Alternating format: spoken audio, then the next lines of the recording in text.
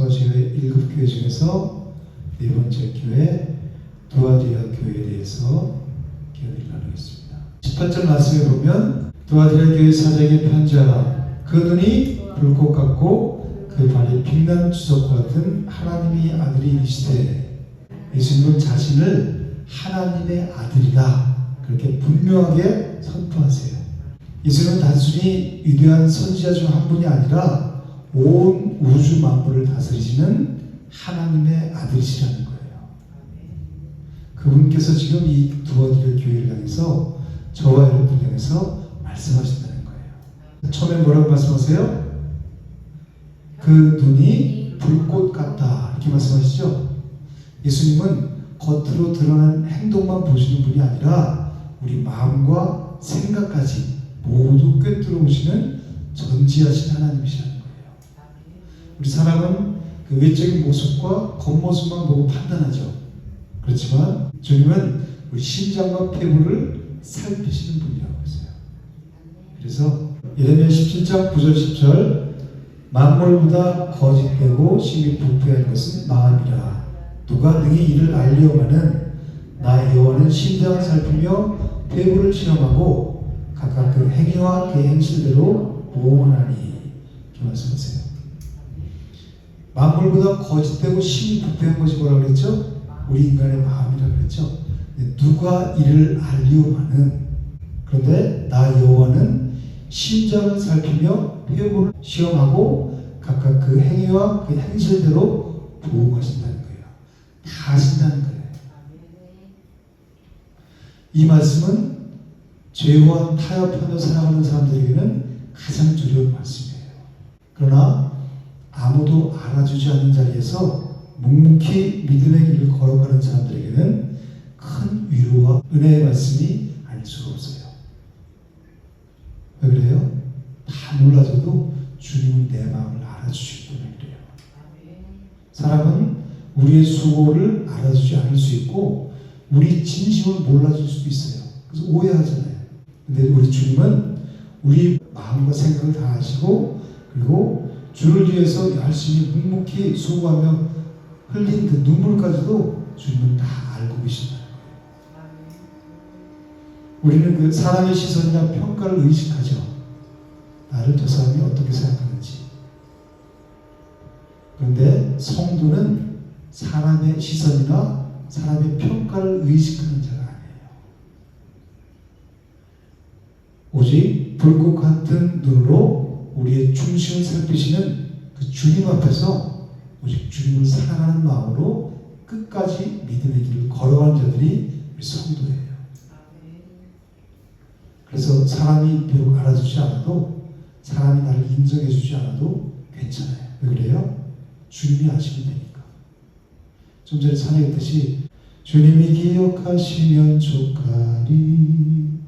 예수님 사랑으로 가득한 모습, 천사로 흠모하는 아름다운 그 모습, 천국에서 해같이 빛나리. 우리의 모든 마음의 생각과 주를 위해서 묵묵히 한 모든 것들이 언젠가 주님 앞에 낱낱이 다 드러나게 될 것이기 때문에 우리는 사람들이 알아주지 않아도 괜찮아요. 인정해주지 않아도 괜찮아요. 그때 주님께서 우리 행위와 우리 행한 대로, 그 행실대로 다 갚아주실 것이기 때문에 그래요. 그러므로 우리 성도들에게 주님이 불꽃 같은 눈으로 바라보신다. 이것은 두려움을 준 말씀이 아니라 내가 너를 안다. 이렇게 말씀하시는 가장 큰 위로가 되는 말씀이에요.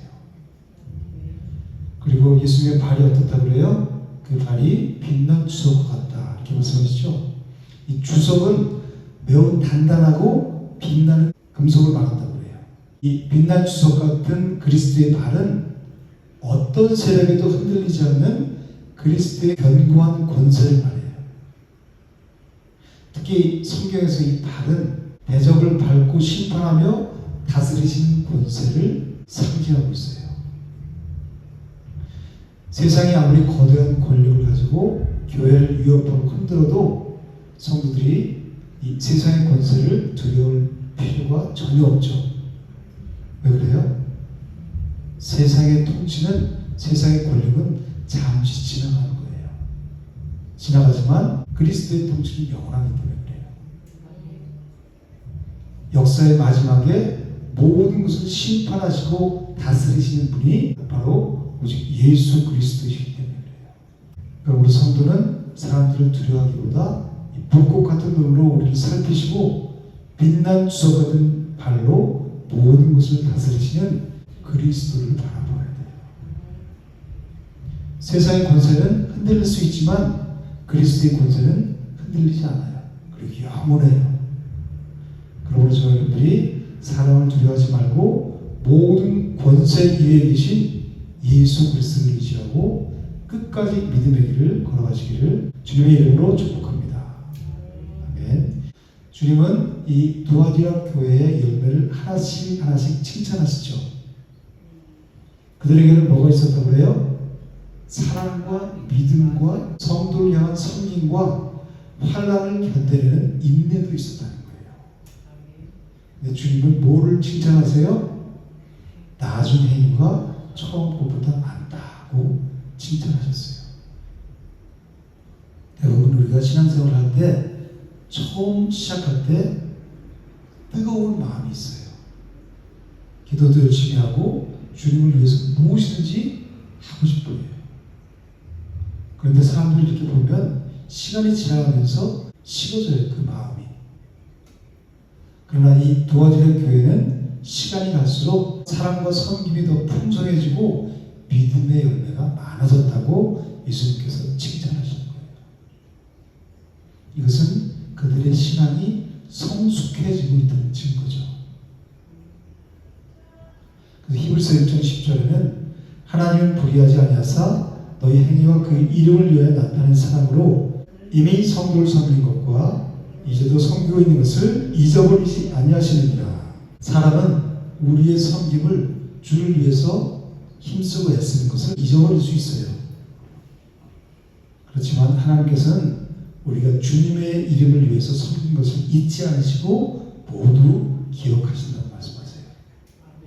그래서 갈라디아서 6장 9절에는 우리가 선을 향하되 낙심하지 말지니 포기하지 아니하면 때가 이르매 거두리라 이렇게 말씀하세요. 우리 섬김이 당장 나타나지 않을 수 있고 사람들이 알아주지 않을 수도 있어요. 내가 한 수고가 아무런 의미가 없는 것처럼 보일 때도 있어요. 그렇지만 낙심하거나 포기하지 말라는 거예요. 왜 그래요? 하나님께서 우리의 섬김을 다 기억하시고 하나님의 때에 반드시 열매를 거두게 하실 것이기 때문에 그래요. 이 두아디라 교회는 외적으로는 사랑과 믿음과 섬김과 인내가 넘쳐나는 교회였어요. 그런데 그들에게도 치명적인 문제가 있었죠. 그게 뭐예요? 바로 거짓 가르침을 분별 없이 용납한 거예요. 20절 한번 읽어볼게요. 그러나 네가 책망할 일이 있노라. 자칭 선지자라는 여자 이세벨을 네가 용납함이니 그가 내 종들을 가르쳐 끼어 행음하게 하고 우상의 제물을 먹게 하는도다. 이렇게 말씀하세요. 주님은 이 두아디라 교회를 책망하시면서 자칭 선지자라는 여자 이세벨을 말씀하세요. 이세벨은 누구죠? 북이스라엘의 왕이었던 아합 왕의 아내였어요. 이 이세벨은 아합 왕을 충동해서 이스라엘 백성들을 바알 숭배에 빠뜨리게 했어요. 그리고 하나님의 선지자들을 박해했어요. 그래서 열왕기상 21장 25절에는 이로부터 아합과 같이 그 자신을 팔아 여호와 앞에서 악을 행한 자가 없으면 그를 그의 아내 이세벨이 충동하였습니다. 이 아합 왕이 이렇게 한 것은 누가 충동했다는 거예요? 이세벨이 충동해서 그렇게 했다는 거예요. 그런데 이 요한계시록에서 지금 여기 20절에서 말씀하는 이 이세벨은 이 아합 왕 이세벨을 말하는 게 아니에요. 단순히 한 개인의 이름을 말하는 것이 아니라 하나님의 백성을 우상에 빠뜨리는 것, 그리고 세상과 적당히 타협하면서 살아가게 하는 영적인 미혹을 뜻하는 거예요. 그걸 이세벨이다 이렇게 말하는 거예요. 두아디라 교회는 바로 이 이세벨의 영, 즉 거짓 가르침을 분별하지 못하고 방치하고 못했다는 거예요. 그것을 예수님 지금 책망하시는 거예요.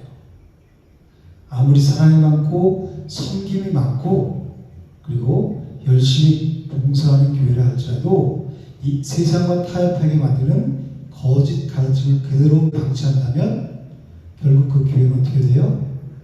무너질 수밖에 없죠. 교회는 사랑도 필요하고 헌신적인 섬김도 반드시 필요해요. 그렇지만 그 모든 사랑과 섬김은 어디에서 나와야 돼요? 반드시 그 진리 위에서 나와요. 거짓과 타협하는 것을 사랑이라는 이름으로 용납해서는 결코 안 된다는 거예요. 그래서 이 참된 사랑은 죄와 타협을 방치하는 것이 아니라 진리 안에서 그 사랑을 살리고 잘못된 길에서 바른 길로 돌이키게 하는 것을 말해요.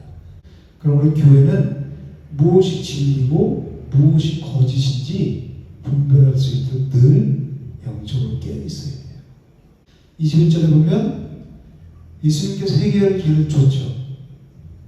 두아디라 교회가 이세벨의 거짓된 가르침으로 타협하고 죄에 빠져 있었음에도 불구하고 하나님께서는 곧바로 심판하지 않으셨어요. 오히려 어떻게 하셨어요? 회개할 기회를 먼저 주셨어요.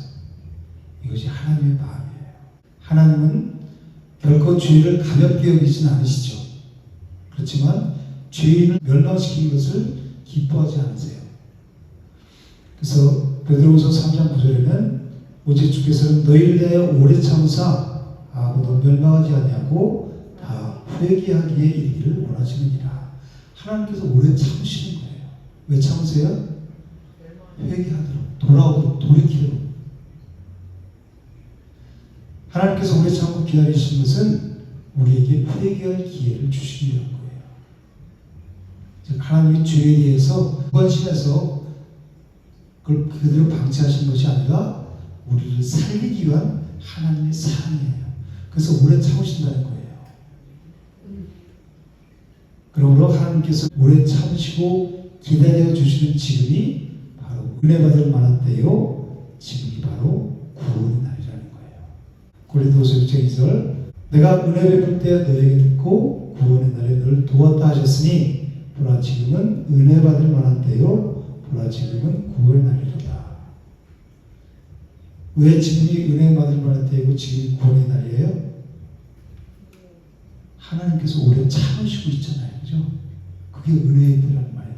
구원의 때란 말이에요. 지금 우리가 지금 회개하고 돌아오기를 기다리신다는 거예요. 그게 하나님의 사랑이라는 거예요. 우리가 기억해야 할 것이 뭐냐면 하나님께서 오래 참으시고 하나님께서 기다려 주신다고 해서 우리가 회개를 미루어야 된다는 것을 말하는 게 아니에요. 오히려 하나님께서 기다려 주시는 지금이 바로 회개하고 하나님께로 우리 삶을 돌이켜야 한다는 거예요. 하나님께서 오늘도 저와 여러분들에게 말씀을 통해서 음성을 들려주시죠. 그리고 우리에게 돌이킬 마음을 주시고 시간을 주시는 거죠.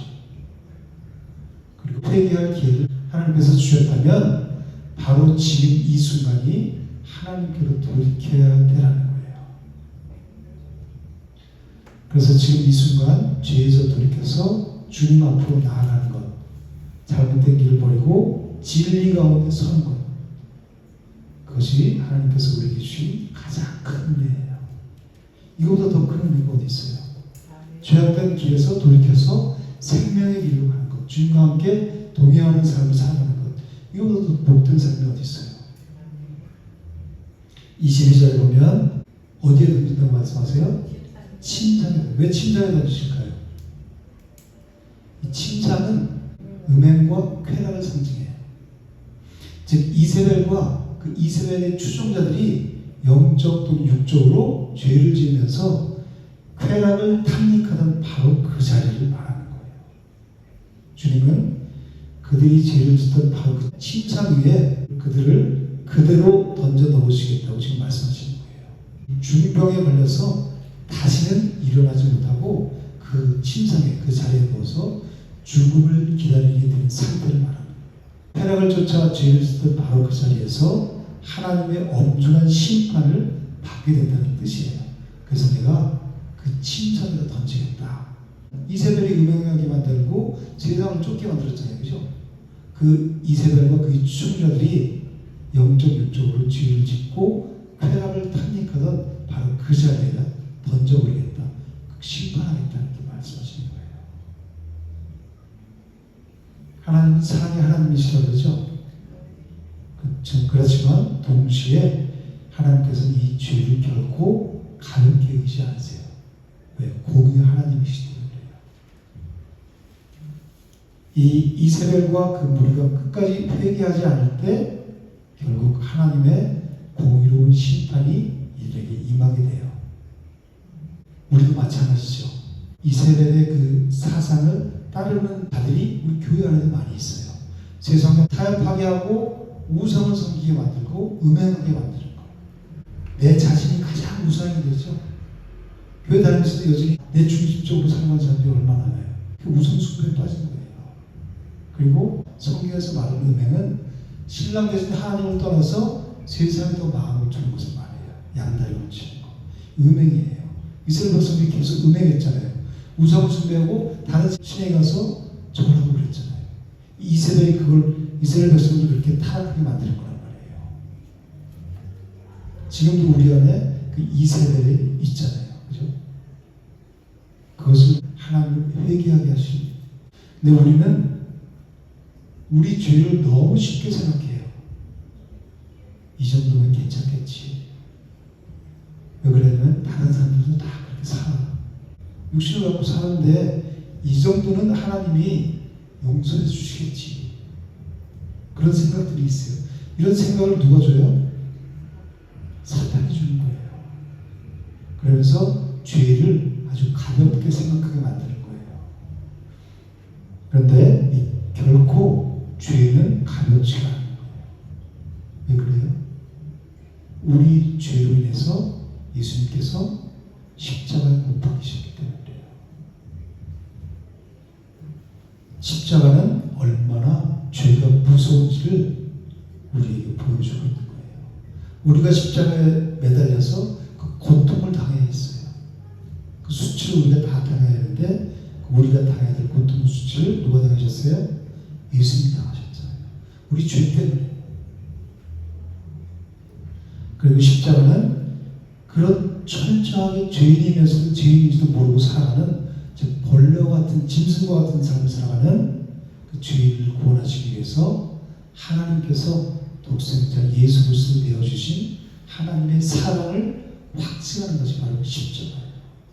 그러므로 우리는 이 죄를 감추거나 사람은 모를 수 있죠. 그렇지만 하나님 다 아시잖아요. 그죠? 불꽃 같은 눈으로 다 심장폐부를 다 꿰뚫어 보시잖아요. 그래서 우리는 죄를 감추거나 가볍게 여기지 말아야 돼요. 십자가 앞에서 우리 죄를 정직하게 인정하고 자백하면서 주님께로 돌이켜야 돼요. 그리고 하나님 지금 주신 은혜를 값싼 은혜로 여기지 말아야 된다는 거예요. 그래서 23절에 보면 주님은 다시 한번 자신이 어떤 분이신가를 분명하게 말씀하세요. 사망으로 그의 자녀를 죽인다고 말씀하시죠. 그의 자녀가 누구예요? 이세벨의 가르침과 행위를 따르는 자들, 곧 그녀의 영적인 영향 안에서 거하면서 죄를 쫓아 살아가는 자들 말이에요. 그의 자녀를 어떻게 하신대요? 죽인다고 말씀하시죠. 사망으로 죽이니 이렇게 말씀하시잖아요. 주님은 먼저 그들에게 회개할 길을 주셨죠. 그러나 그들은 끝내 회개하지 않고 계속해서 이 거짓 가르침들과 죄를 따랐어요. 그런 자들을 주님께서 사망이라는 엄중한 심판으로 심판하신다는 거예요. 주님은 우리의 겉으로 드러나는 행동뿐만 아니라 그 행동의 이면에 있는 우리의 뜻과 마음까지 깊이 다 살피시는 분이에요. 그래서 히브리서 4장 12절 13절에는 하나님의 말씀은 살아있고 활력이 있어 좌우에 나서는 어떤 검보다 예리하여 혼과 영과 및 관절과 골수를 찔러 쪼개기까지 하며 또 마음의 생각과 뜻을 판단하나니 지으신 것이 하나도 그 앞에 나타나지 않음이 없고 우리의 결선을 받을 이 눈앞에 만물이 벌거벗은 것 같이 드러납니다. 하나님 말씀 앞에 서게 되면 우리의 마음이 벌거벗은 것까지 다 드러나게 된다는 거예요. 우리 생각과 욕심 그리고 교만한 마음과 우리 마음속에 있는 깊은 상처들 그리고 그 숨겨진 죄까지도 이 말씀의 빛 앞에서 모두 다 드러나게 된다는 거예요. 하나님의 말씀은 우리의 겉모습만 비추는 거울이 아니라 우리 마음 깊은 곳까지 비추는 거울이에요. 그래서 우리가 말씀 앞에 서게 되면 비로소 내가 누구인지, 내가 어떤 사람인지, 내 마음이 무엇을 향하고 있는지를 정확하게 볼 수 있고 깨달을 수 있다는 거예요. 그래서 우리가 날마다 말씀 앞에 서는 거란 말이에요. 내 자신을 돌아보기 위해서. 근데 우리가 반드시 기억해야 될 중요한 사실이 있어요. 주님께서 우리의 모든 것을 아신다는 것은 우리를 정죄하거나 우리에게 절망을 주시기 위해서 그러신 것이 아니에요. 주님은 우리의 연약함과 우리의 죄를 다 아시면서도 우리를 결코 외면하지 않으세요. 오히려 우리의 연약함을 불쌍히 여기시고 우리가 다시 주님 앞에 설 수 있도록 주님 앞에 나갈 수 있도록 은혜의 길을 활짝 열어주세요.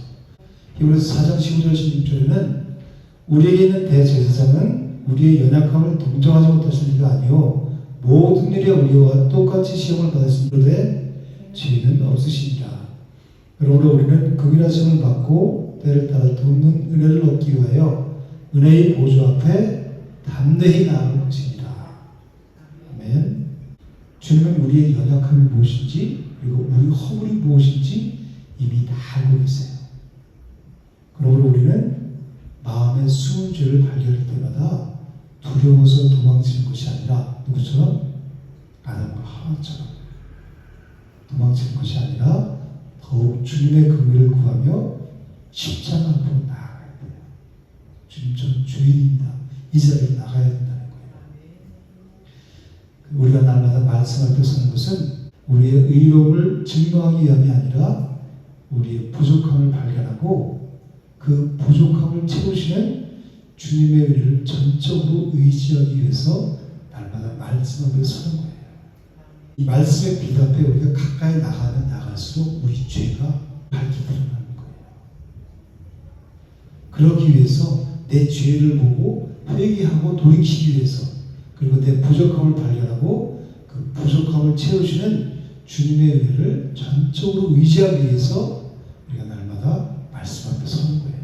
저와 여러분들이 날마다 말씀의 거울 앞에서 우리의 마음을 살피시고 그리고 우리 안에 숨겨진 죄와 연약함을 발견할 때마다 그것을 외면하거나 낙심하지 않고 십자가 앞으로 나아가시기를 주님의 이름으로 축복합니다.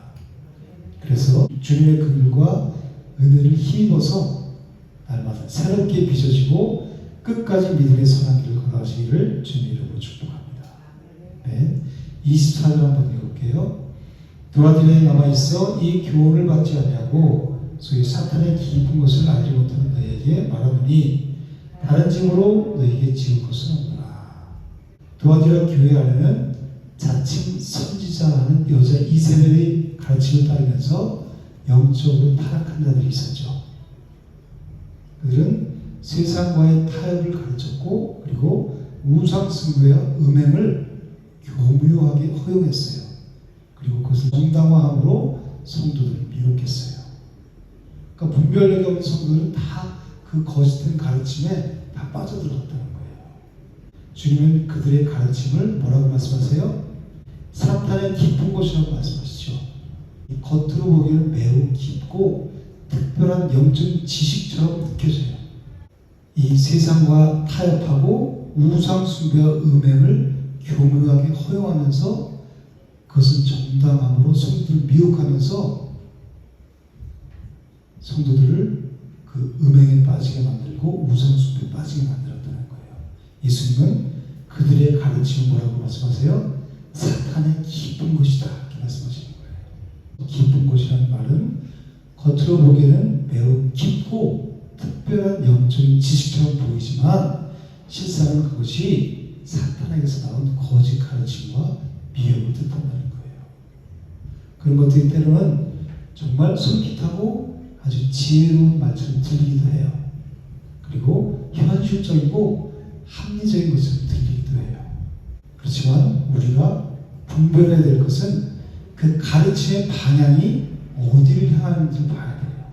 그 말씀이 나를 하나님께 나아가게 하는지, 아니면 하나님과 세상 사이에서 이 정도 좀 괜찮아 이렇게 적당히 타협하게 만드는지를 봐야 된다는 거예요.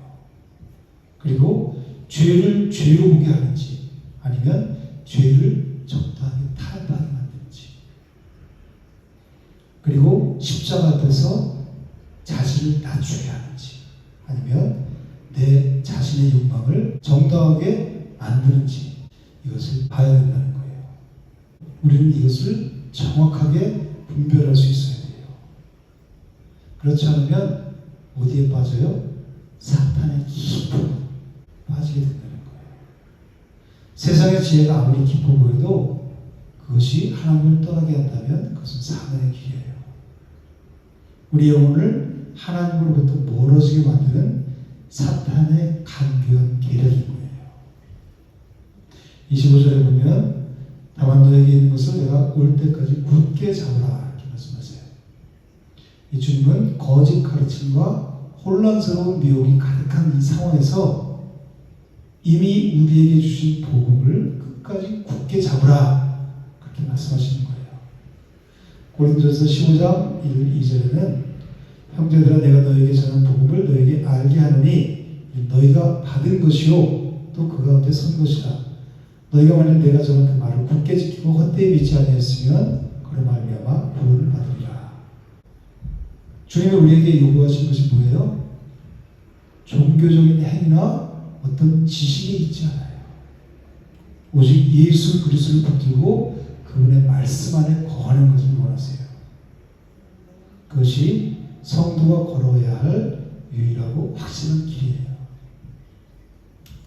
26절에 보면 이기는 자와 끝까지 내 일을 지킬 그에게 만국을 다스리는 권세를 주리니. 여기서 말하는 이기는 자는 우리 힘으로 싸워서 이기는 것을 말하는 게 아니라 그랬죠. 이미 십자가에서 세상을 다 이기셨죠. 어둠을 이기셨죠. 죄를 이기시고 사탄의 권세를 깨뜨리셨잖아요. 그죠? 이미 다 십자가에서 이기셨어요. 그 그리스도의 승리에 온전히 동참하는 것을 말하는 거예요. 우리 힘으로 이기려는 게 아니라 이기는 자와 끝까지 내 일을 지키는 그에게 그러죠. 이 내 일은 주님의 일을 말하는 거예요. 하나님의 일. 하나님의 일이 뭐예요? 요한복음 6장 29절에는 하나님께서 보내신 일을 믿는 것이 하나님의 일입니다. 주님의 일을 지킨다는 것은 세상 유혹 속에서도 오직 예수 그리스도를 믿는 믿음과 그분의 은혜 안에 끝까지 머무는 것을 뜻해요. 그리고 또 뭘 주신대요? 만국을 다스리는 권세를 주겠다 이렇게 말씀하세요. 이 이세벨과 사탄의 세력은 끊임없이 우리를 죄와 쾌락의 노예로 굴복시키려고 하죠. 그러나 복음 안에 거하는 성도는 더 이상 죄와 사망의 노예가 아니에요. 그리스도와 함께 왕노릇하는 하나님의 자녀로 존귀하게 세워져요. 그래서 이 권세는 죄와 사탄의 유혹 속에서 영적으로 승리하면서 하나님 나라의 통치를 누리는 구원받은 자의 특권이에요. 그걸 우리에게 주신다는 거예요. 만국을 다스리는 권세, 세상을 다스리는 권세를 우리에게 주신다는 거예요. 창세기에서 하나님께서 뭐라고 그러셨어요? 다스리고 정복하라고 그랬죠. 그 권세를 우리에게 위임하셨잖아요.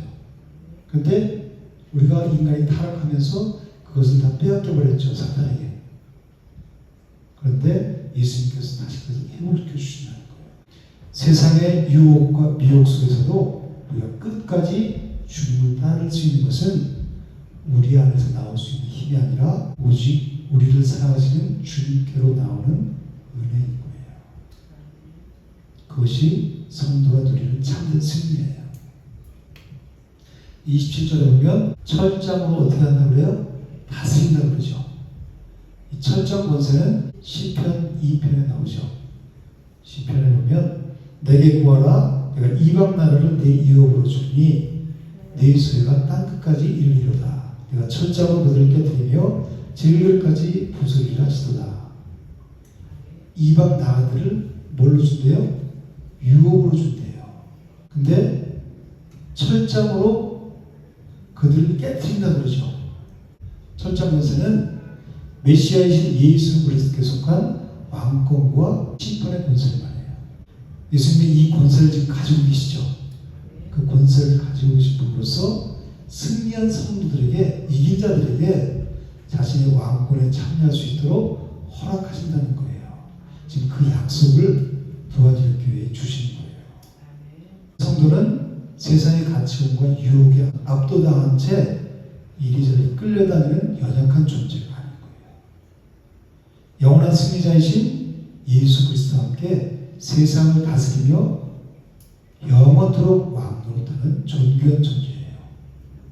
그게 바로 저와 여러분들이란 말이에요.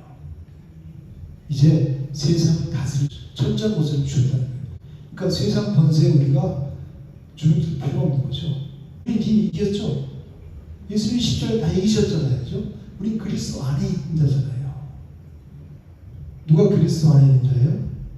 그리스도와 함께 죽고 함께 부활에 동참한 자. 십자가에서 동참하고 부활에 동참한 자가 그리스도 안에 있는 자잖아요. 그죠? 그런 자들에게 철장 권세를 준대요. 만국을 다스리면 철장 권세를 준다고 말씀하시는 거예요. 그러니까 우리는 그 영원한 승리자이신 그리스도와 함께 세상을 다스리게 되는 거죠.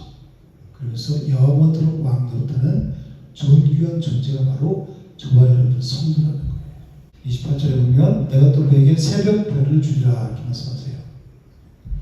여러분들은 어떤 선물을 가장 받고 싶으세요? 성도에게 가장 크고 귀한 선물은 바로 예수 그리스도예요. 주님은 이기는 자에게 세상의 부귀 영화를 주겠다 이렇게 말씀하지 않으시죠?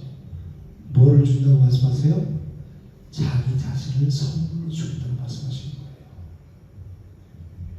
그래서 계시록 22장 16절에는 나 예수는 교회들을 위하여 내 사자를 보내어 이것들을 너에게 증언하게 하였노라. 나는 다윗의 뿌리요 자손이니 곧 광명한 새벽별이라 하시더라. 예수님께서 자신을 직접 뭐라고 말씀하세요? 새벽별이다 이렇게 말씀하시죠. 새벽별은 어두운 밤이 깊어가고 찬란한 새벽이 밝아올 때 떠올라요. 즉 어둠을 물리치고 완전히 새로운 아침이 시작되었음을 알리는 가장 확실하고 영원한 소망의 빛이에요. 이처럼 성도에게 가장 귀하고 큰 선물은 썩어질 세상의 그 어떤 것이 아니라 오직 어둡고 혼탁한 세상 속에서 우리의 영원한 소망과 빛이 되어주시는 예수 그리스도, 그를 온전히 소유하고 누리는 거예요. 이게 성도에게 가장 큰 선물이에요. 29절 보면 귀 있는 자는 성령의 교회들에게 하신 말씀을 들을지어다 이렇게 말씀하세요. 귀로 소리로 들으라는 말이 아니죠. 성령 하나님께서는 오늘도 살아있는 말씀을 통해서 이 말씀을 살린다 그랬죠. 히브리서 4장 10절에도 그렇죠. 하나님의 말씀은 살아있고 활력이 있어 그러잖아요. 그죠? 성령께서는 오늘도 이 살아있는 말씀을 통해서 교회와 우리 개개인을 향해서 끊임없이 말씀하고 계시는 거예요. 우리는 이 음성을 어디로 들어야 돼요? 마음으로 들어야 되는 거예요. 진정한 신앙생활은 먼저 듣고 마음으로 듣고 그리고 들었으면 어떻게 해야 돼요? 돌이켜야지. 회개하고 그리고 그리스도를 붙잡고 그 다음에 끝까지 그분을 따르는 거예요. 그게 우리 신앙생활인 거예요. 즉 성령의 음성과 진리의 말씀에 우리 마음을 활짝 열고 귀를 기울이고 그리고 내 안의 죄와 세상과의 타협을 정직하게 인정하면서 주님께로 돌이키는 거예요. 그리고 내 힘과 내 의가 아니라 오직 우리를 위해서 십자가에서 승리하신 예수님만 온전히 의지하고 그리고 어두운 세상 속에서 주님이 다시 오실 그날까지 주님 가신 십자가의 길을 묵묵히 걸어가는 거예요. 중간에 도태되는 것이 아니라 끝까지 완주하는 거예요. 광명한 새벽별에 신 그리스도를 마음에 품고 성령의 인도하심을 따라서 끝까지 믿음의 길을 걸어가는 것, 그것이 바로 주님이 허락하신 은혜 안에 거하는 성도의 삶이에요. 이제 이렇게 해서 소아시의 7교회 중에서 4교회가 끝났어요. 이제 계시록 2장을 정리하면 이 에베소 교회는 수고와 인내는 있었어요. 그렇지만 뭘 잊어버렸다고 했어요? 처음 사랑을 잊어버렸다고 예수님께서 책망했어요. 그래서 처음 사랑을 회복하고 처음 행위를 가지라 이렇게 말씀하시면서 이기는 자에게 뭘 준다고 말씀하세요? 낙원에 있는 생명나무의 과실을 주어서 먹게 하시겠다.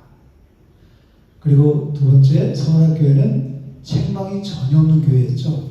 예수님의 이름 때문에 극심한 환난과 궁핍을 겪었지만 실상은 부유한 자다 이렇게 말씀하시잖아요. 그런데 장차 받을 고난을 두려워하지 말라고 그들을 격려하시면서 이기는 자에게 뭘 준다고 말씀하세요?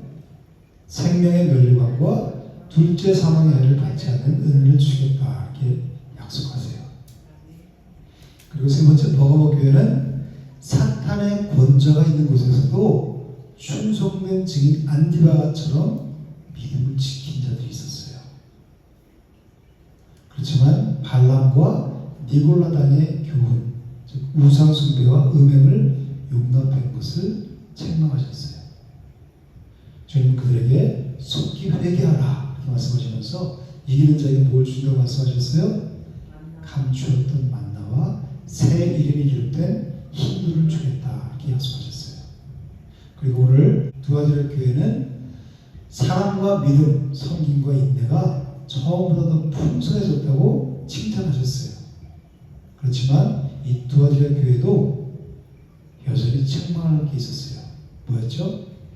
거짓 선자 이세벨이 가르친 우상 숭배와 음행, 이것을 용납하고 그리고 예수님께서 회개하라고 말씀하셨는데 끝까지 회개하지 않았어요. 그것을 책망하셨어요. 이미 가진 복음을 주님이 오실 때까지 굳게 잡으라 이렇게 말씀하시면서 이기는 자에게 뭘 주시겠다고 했어요? 만국을 다스리는 권세, 철장 권세와 광명한 새벽별, 즉 예수 그리스도 자신을 주시겠다고 약속하셨어요. 모든 교회에 공통적으로 주어진 약속의 대상은 뭐예요? 이기는 자죠. 여기 성경에서 말하는 승리는 인간의 힘이나 우리의 노력으로, 우리 애씀으로 이루어지는 것이 아니에요. 그것은 자기 의를 부추길 뿐이에요. 세상을 이미 이기신 어린 양 대신 예수 그리스도 십자가와 부활에 동참하는 것이 곧 성도의 승리인 거예요. 그리고 우리 시선이 어디를 향해야 돼요?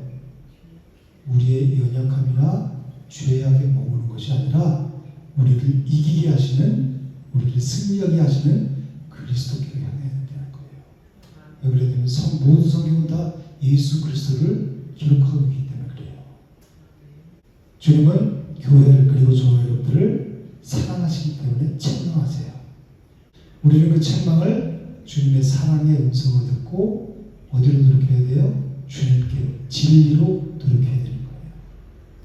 저와 여러분들이 오늘 우리에게 주신 말씀을 귀로만 듣고 끝나는 것이 아니라 각 사람에게 주신 하나님의 사랑의 음성을 깨닫고 돌이킴으로 주님과 함께 승리의 결과를 누리면서 날마다 기쁨의 길, 믿음으로 승리의 길을 걸어가시기를 주님의 이름으로 축복합니다.